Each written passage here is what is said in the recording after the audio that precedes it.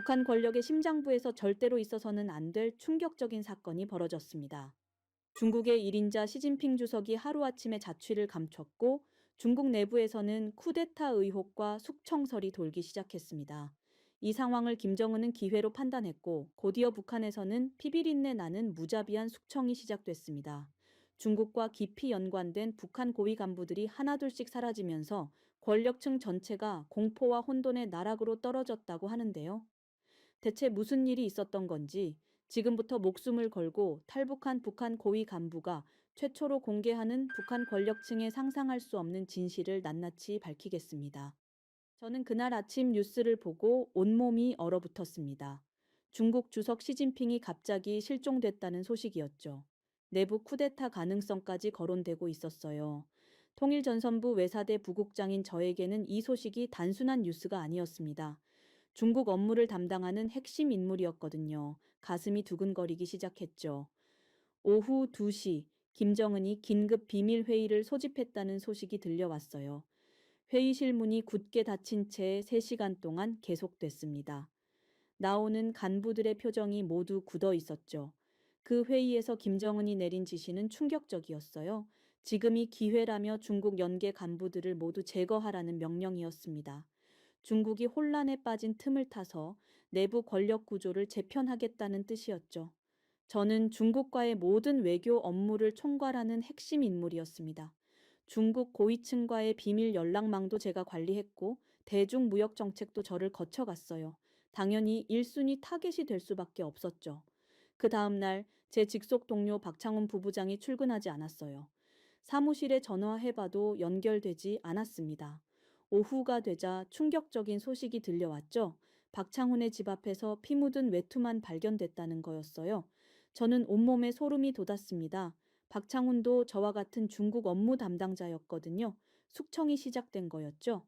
그날 저녁 사무실로 돌아가니 제 책상 위에 핏자국이 묻은 메모 한 장이 놓여 있었어요. 다음은 내 차례다라고 적혀 있었습니다. 손이 덜덜 떨렸죠. 집에 돌아가는 길 낯선 남성 2명이 제 뒤를 따라오고 있었어요. 집 앞에 도착하니 검은색 승용차 한 대가 계속 주차되어 있었습니다. 24시간 감시가 시작된 거였죠. 아내가 불안한 표정으로 저를 맞았어요. 아내는 직장 상급자로부터 우리 가족의 대화 내용까지 신문당했다고 털어놓았습니다. 아내의 목소리가 떨리고 있었죠. 그날 밤 집 안을 뒤져보니 소파와 침대 아래에서 도청기를 발견했습니다. 우리 가족의 모든 대화가 녹음되고 있었던 거예요. 등골이 서늘해졌죠. 다음 날 아들이 학교에서 돌아와 울면서 말했어요. 보위 부원들이 학교에 와서 저에 대해 집요하게 조사했다는 거였습니다. 12살 아들의 얼굴이 새파랗게 질려 있었죠. 그때 내부 정보원이 은밀히 건네준 문서를 봤을 때 저는 절망했습니다. 숙청 명단에 박성철 숙청 우선 등급 A1이라고 적혀 있었거든요. 그 아래에는 더 충격적인 내용이 있었어요. 가족까지 조용히 처리할 것이라는 지시사항이었습니다. 그 순간 저는 깨달았죠. 이건 단순한 숙청이 아니라 가족 전체의 생명이 위험한 상황이라는 것을요. 가족 전체가 위험하다는 사실을 깨달은 다음 날 아침, 저는 평소보다 일찍 사무실로 향했습니다. 마음이 불안해서 잠을 제대로 이룰 수가 없었거든요. 사무실 문을 열고 들어서니 제 책상 위에 작은 봉투 하나가 놓여 있었어요. 어제까지 없던 것이었습니다. 주변을 둘러봤지만 아무도 없었죠. 손을 떨며 봉투를 열어보니 작은 녹음기가 들어 있었습니다. 녹음기를 켜는 순간 김정은의 목소리가 흘러나왔어요. 너무나도 선명하고 생생한 목소리였습니다. 저는 숨을 멈추고 들었죠. 김정은의 첫 번째 지시는 충격적이었습니다. 중국이 무너지면 남조선을 갈라놓으라는 명령이었어요. 이게 바로 우리의 기회라고 했습니다. 제가 작성했던 대남 전략 보고서의 내용과 정확히 일치하는 말이었죠. 두 번째 지시사항은 더 구체적이었어요. 북한 내 중국 연계 인물들을 즉시 숙청하고 남조선 공장망을 당장 가동하라는 내용이었습니다. 저는 온몸에 식은땀이 흘렀죠. 세 번째 지시가 가장 끔찍했습니다. 사이버 공격과 심리전으로 한국 사회의 내부 분열을 일으켜서 생존 시간을 확보하라는 거였어요. 제가 몇 달 전에 작성한 중국 붕괴 대응 전략 문서의 핵심 내용 그대로였습니다. 저는 머리가 멍해졌어요. 제가 작성한 전략이 실제로 실행되고 있다는 현실이 믿어지지 않았습니다. 손에서 녹음기가 떨어질 뻔했죠. 그때 문득 이 녹음 파일을 누가 제게 줬는지 궁금해졌어요. 내부 정보원에게 전화를 걸어봤지만 연결되지 않았습니다. 며칠째 연락이 두절된 상태였죠. 아마도 벌써 숙청당한 것 같았어요. 사무실 창문으로 내려다보니 어제와 다른 검은색 승용차가 주차되어 있었습니다. 감시 차량을 매일 교체하고 있었던 거죠. 감시가 더욱 치밀해지고 있다는 뜻이었어요. 집에 돌아가니 아내의 얼굴이 어제보다 더 창백해져 있었습니다. 아내는 제 위태로운 상황을 본능적으로 감지하고 있었어요. 아무 말도 하지 않았지만 극도의 불안감이 온 집안을 감돌고 있었죠. 그날 밤 저는 잠들지 못하고 천장만 바라봤습니다. 북한에서 탈북자들을 어떻게 처리하는지 너무나 잘 알고 있었거든요. 세대가 모두 처형당하는 것이 일반적이었죠. 새벽 3시쯤 되니 한 가지 생각이 머리에서 떠나지 않았어요. 탈북을 해야겠다는 생각이었습니다. 가족을 살리기 위해서는 이 방법밖에 없다고 느꼈죠. 절박한 마음이 온몸을 감쌌습니다. 더 이상 기다릴 시간이 없었어요. 탈북을 결심한 다음 날 아침, 더 끔찍한 현실이 저희 가족을 덮쳤습니다. 아내가 출근하자마자 담당 업무에서 완전히 배제됐다는 거였어요. 상급자는 가족 때문이라고 직접적으로 말했습니다. 아내는 그동안 맡았던 모든 문서와 자료를 반납하라는 지시를 받았어요. 20년간 성실히 일해온 직장에서 하루아침에 투명 인간 취급을 받게 된 거죠. 아내의 얼굴에서 절망감이 역력히 드러났습니다. 더 심각한 것은 아들의 상황이었어요. 학교에서 아이들이 갑자기 아들을 피하기 시작했습니다. 보위부 감시 때문에 친구들이 무서워하는 거였죠. 12살 아이가 하루아침에 왕따가 되어버린 겁니다. 그날 오후 사무실에서 충격적인 장면을 목격했어요. 제 직속 부하 직원 한 명이 보위부원 2명에게 끌려가는 모습을 봤습니다. 저와 함께 중국 업무를 담당했던 직원이었죠. 다음 차례가 저라는 것을 뼈저리게 느꼈어요. 사무실 분위기도 완전히 바뀌었습니다. 동료들이 저를 보는 시선이 차가워졌어요. 아무도 저와 대화하려 하지 않았죠. 복도에서 마주쳐도 고개를 돌려버렸습니다. 저는 이미 죽은 사람 취급을 받고 있었어요. 그날 저녁 내부 정보원으로부터 추가 문서를 받았습니다. 그 내용은 더욱 끔찍했어요. 우리 가족 구성원 각각에 대한 구체적인 처리 방법까지 적혀 있었습니다. 아내는 직장에서 사고사로, 아들은 학교에서 실종으로 처리할 계획이었죠. 저는 온몸이 얼어붙었어요. 단순히 저만 숙청하는 것이 아니라 가족 전체를 조용히 제거할 계획이었던 겁니다. 북한 권력층의 잔혹함을 다시 한번 실감했죠. 그날 밤 아들에게 더 이상 친구들을 만나지 말라고 지시했어요. 아들은 이유를 묻지 않고 고개를 끄덕였습니다. 하지만 아이의 눈에서는 공포와 혼란이 역력히 드러났죠. 아들이 울먹이는 모습을 보니 가슴이 찢어질 것 같았어요. 다음 날 아내가 평소보다 늦게 퇴근했습니다. 몇 시간을 기다리는 동안 저는 공포에 떨었어요. 혹시 아내에게 무슨 일이 생긴 건 아닌지 온갖 상상이 머릿속을 스쳤죠. 다행히 아내는 무사히 집에 돌아왔지만 얼굴이 새하얗게 질려 있었어요. 그날 밤 한밤중에 집 근처에서 총성과 비명소리가 들렸습니다. 다음 날 아침 이웃 한 명이 숙청됐다는 소식을 들었어요. 저희와 같은 아파트에 사는 간부였죠. 이제 정말 코앞까지 다가온 거였습니다. 저는 더 이상 망설일 수 없다고 판단했어요. 집에 남아있는 시간조차 생명의 위협이었습니다. 가족을 살리기 위해서는 지금 당장 행동에 옮겨야 했죠. 최종 결심을 굳혔습니다. 최종 결심을 굳힌 그날 밤 저는 가족들을 거실에 불러 모았습니다. 아내와 아들의 얼굴에는 불안감이 가득했어요. 저는 떨리는 목소리로 탈북 계획을 처음 알렸습니다. 아내의 얼굴이 순간 새하얗게 변했어요. 아들은 탈북이 무엇인지 정확히 이해하지 못했지만 부모의 심각한 표정을 보고 무서워했죠. 저희 가족은 극도로 긴장된 상태에서 운명을 결정하는 회의를 진행했습니다. 가장 큰 문제는 서류였어요. 가족 동반 출장으로 위장해서 여권과 중국 비자, 출장 허가서를 발급받아야 했습니다. 하나라도 의심받으면 즉시 체포될 상황이었죠. 다음 날 아침 일찍 문서 담당 직원을 찾아갔어요. 평소 저와 친분이 있던 직원이었습니다. 저는 최대한 자연스럽게 가족 출장 서류를 요청했죠. 다행히 의심하지 않고 처리해줬어요. 여권 발급 과정에서 가슴이 터질 듯 뛰었습니다. 담당자가 저를 유심히 바라보는 것 같았거든요. 하지만 아무 말 없이 서류를 처리해줬죠. 중국 비자까지 간신히 발급받을 수 있었어요. 집에서는 아내와 아들이 최소한의 짐만 준비하고 있었습니다. 너무 많은 짐을 챙기면 의심받을 수 있었거든요. 평소 입던 옷 몇 벌과 기본적인 생활용품만 작은 가방에 넣었어요. 그날 밤 저는 가족들에게 발각되면 어떤 일이 벌어질지 솔직히 설명했습니다. 즉시 숙청당할 것이라고 말했죠. 아내는 눈물을 흘렸고 아들은 무서워서 몸을 떨었어요. 아내가 떨리는 목소리로 물었습니다. 정말 무사히 탈북할 수 있을지 확신이 서지 않는다고 했어요. 저도 확신할 수 없었지만 남아있으면 죽는다고 답했죠. 가족들은 서로를 위로하며 버티기로 결심했습니다. 평양역으로 향하는 새벽, 집을 나서는 순간이 가장 위험했어요. 감시자들이 발견할 가능성이 높았거든요. 저희는 평소와 다름없는 표정을 지으려 노력했지만 온몸이 긴장으로 굳어 있었죠. 탈북 전날 밤은 정말 끔찍했습니다. 아내는 불안으로 계속 울었어요. 우리 가족이 과연 무사할 수 있을지 끝없이 걱정했죠. 아들도 공포와 불안 때문에 몸을 떨며 질문을 쏟아냈어요. 아들이 물었습니다. 탈북하면 다시 북한으로 돌아올 수 있는지, 친구들을 다시 만날 수 있는지, 계속 물어봤어요. 저는 대답하지 못하고 괴로운 침묵만 이어갔습니다. 답을 해줄 수 없는 현실이 너무 잔혹했거든요. 그 밤, 저희 가족은 서로를 꼭 안고 잠들었어요. 마지막 밤이 될 수도 있다는 생각에 마음이 찢어졌습니다. 마지막 밤을 보낸 다음 날 새벽, 저희는 평양역으로 향했습니다.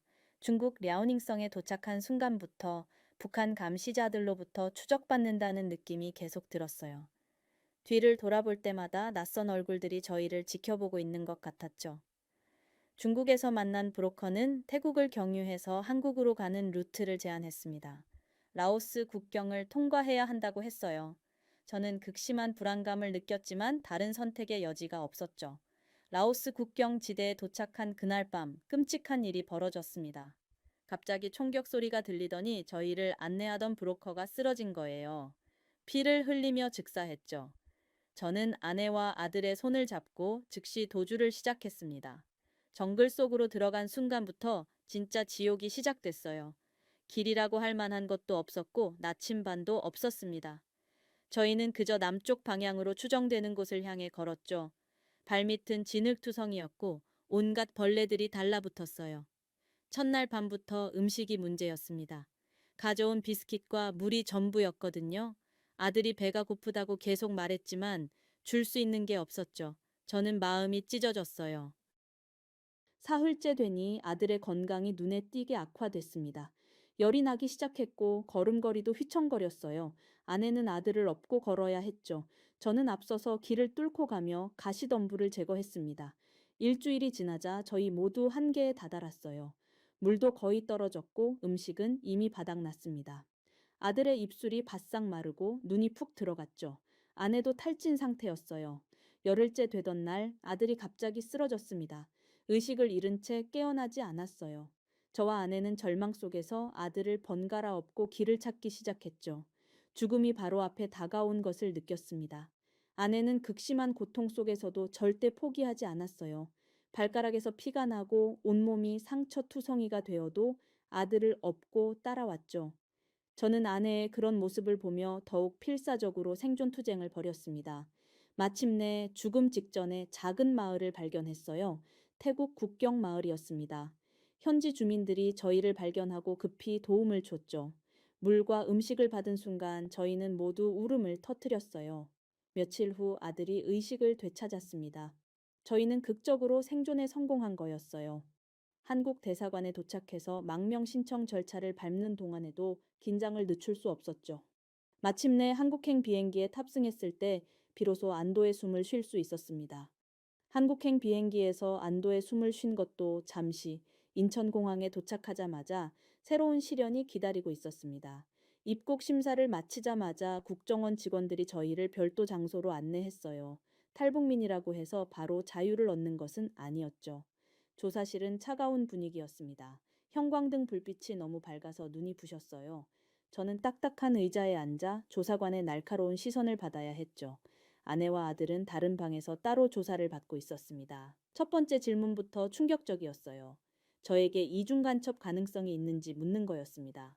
북한에서 파견된 스파이일 수도 있다는 의심이었죠. 저는 온몸에 식은땀이 흘렀어요.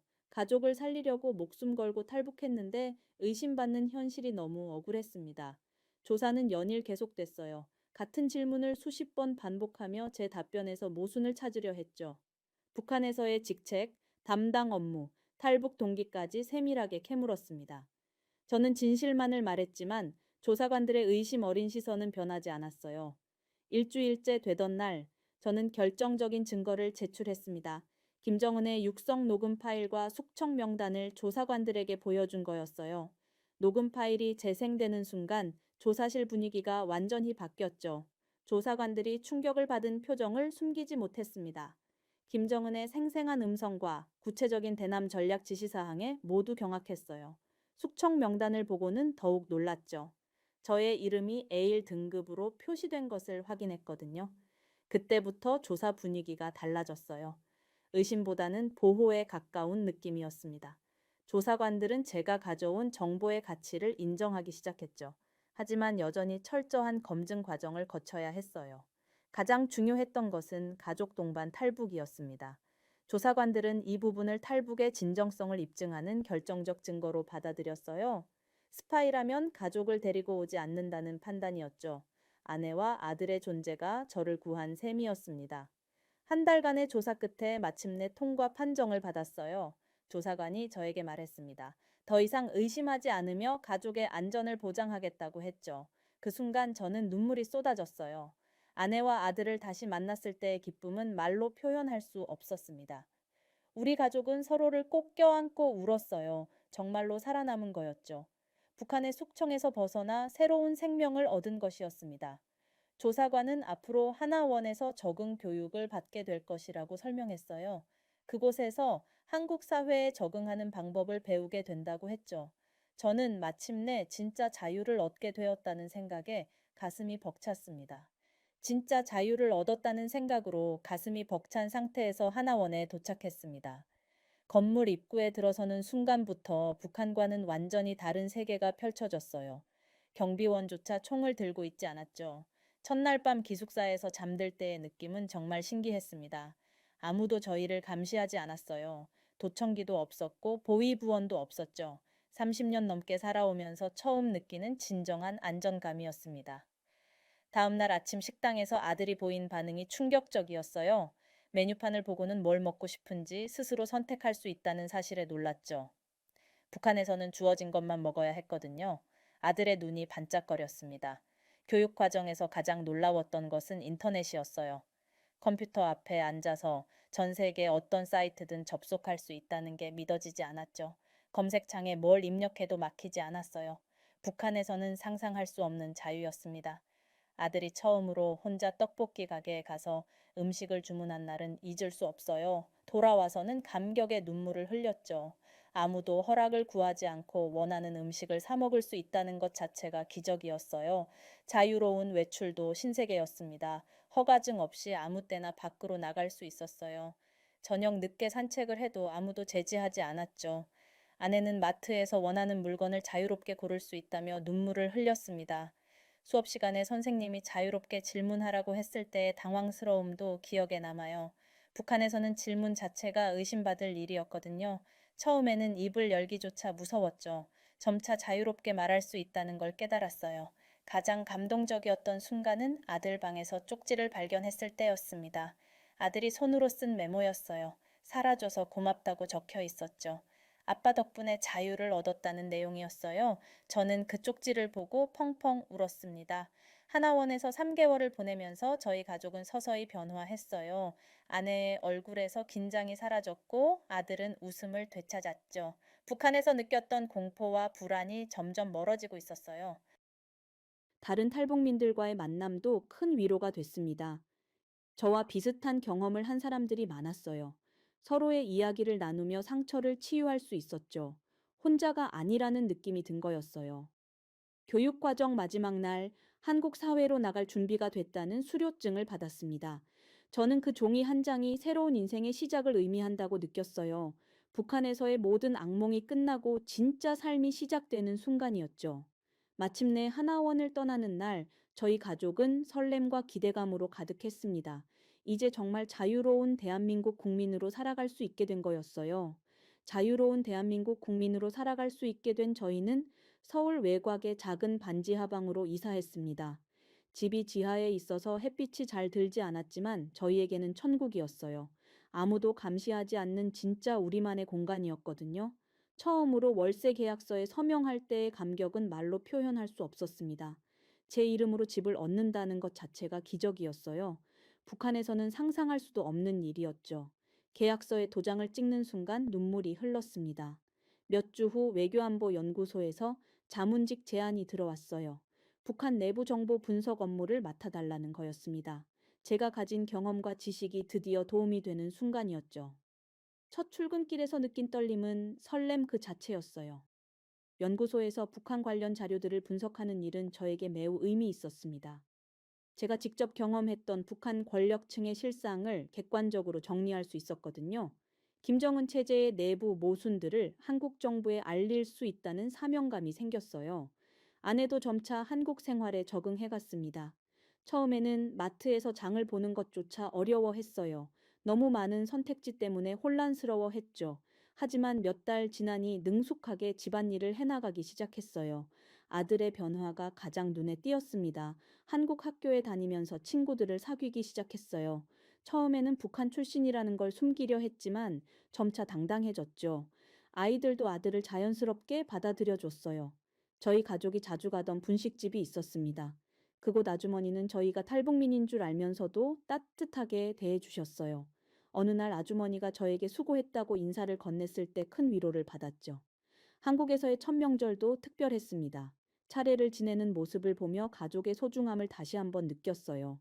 북한에서는 김일성 가문만 숭배했는데 여기서는 진짜 조상을 기릴 수 있었거든요. 정말 자유로운 느낌이었어요. 월급을 받고 가족과 함께 외식을 할 때의 행복감도 잊을 수 없습니다. 아들이 좋아하는 치킨을 마음껏 시켜줄 수 있다는 게 이렇게 기쁠 줄 몰랐어요. 북한에서는 꿈도 꾸지 못했던 일상이었죠. 저희 가족은 서로에게 더욱 의지하게 됐습니다. 함께 죽음의 위기를 넘겼다는 유대감이 있었거든요. 저녁마다 함께 모여 하루 있었던 일들을 나누는 시간이 소중했어요. 진짜 가족다운 대화를 나눌 수 있었죠. 한국에서 맞은 첫 생일도 감동적이었습니다. 아들 생일에 케이크를 사서 촛불을 켜고 축하해 줄 수 있다는 것 자체가 행복이었어요. 북한에서는 김일성 생일만 축하했는데 여기서는 개인의 생일을 기념할 수 있었거든요. 6개월이 지나면서 저희는 완전히 한국인이 된 기분이었습니다. 지하철을 타고 다니고 은행에서 돈을 찾고 병원에서 치료받는 모든 일상이 자유였어요. 매 순간이 감사했죠. 매 순간이 감사한 한국 생활을 보내던 중 어느 날 연구소에서 충격적인 사실을 발견했습니다. 제가 북한에서 작성했던 대남 전략들이 실제로 한국에서 실행되고 있다는 걸 깨달은 거예요. 뉴스와 인터넷을 통해 확인한 현실이 소름 끼쳤죠. 사이버 공격 관련 뉴스를 보는 순간 온몸이 얼어붙었습니다. 제가 몇 년 전에 작성한 보고서의 내용과 정확히 일치하는 공격 패턴이었거든요. 한국 정부 기관과 기업들이 지속적으로 해킹당하고 있었어요. 더 충격적인 것은 한국 사회 내부 분열 공작이었습니다. 인터넷 댓글과 소셜미디어를 통한 여론 조작이 제가 계획했던 대로 진행되고 있었어요. 지역 갈등, 세대 갈등을 부추기는 방식까지 똑같았죠. 저는 급히 상사에게 보고했습니다. 북한의 대남 공작이 현재 진행형이라는 사실을 알려야 했거든요. 김정은의 녹음 파일에서 들었던 지시사항들이 하나씩 현실로 나타나고 있었어요. 연구소에서 긴급회의가 소집됐습니다. 저는 북한의 구체적인 공작 방법들을 상세히 설명했어요.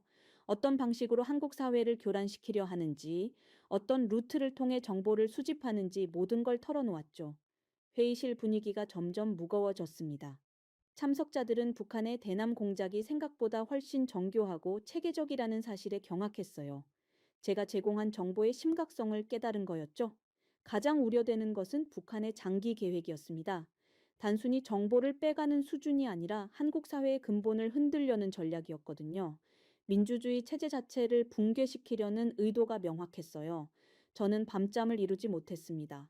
제가 작성한 계획들이 실제로 한국을 위협하고 있다는 죄책감 때문이었어요. 물론 북한에 있을 때는 생존을 위해 어쩔 수 없었지만 여전히 마음이 무거웠죠. 다음 날 아침 뉴스에서 또 다른 사이버 공격 소식이 나왔어요. 이번에는 한국의 주요 인프라가 타겟이었습니다. 전력망과 통신망을 노린 공격이었죠. 제가 계획했던 3단계 공작의 시작이었어요. 아내에게도 상황을 설명했습니다. 우리가 탈북했지만 북한의 위협은 끝나지 않았다고 말했어요. 오히려 한국에서 더 직접적인 위험에 노출될 수 있다고 경고했죠. 연구소에서는 저를 중심으로 대응팀을 구성했습니다. 북한의 공작을 미리 차단하고 예방하는 것이 목표였어요. 저는 북한의 다음 수를 예측하고 대응 방안을 제시하는 역할을 맡았죠. 하지만 시간이 촉박했습니다. 북한의 계획들이 이미 상당 부분 진행되고 있었거든요. 제가 막지 못하면 한국 사회가 심각한 위기에 빠질 수 있었어요. 책임감이 무겁게 다가왔습니다. 저는 마지막 경고를 했습니다. 북한의 최종 목표는 한국의 미래 자체를 파괴하는 것이라고 말했어요. 지금 당장 행동하지 않으면 돌이킬 수 없는 상황이 올 것이라고 강조했죠. 한국이 직면한 진짜 위험은 이제부터 시작이었습니다.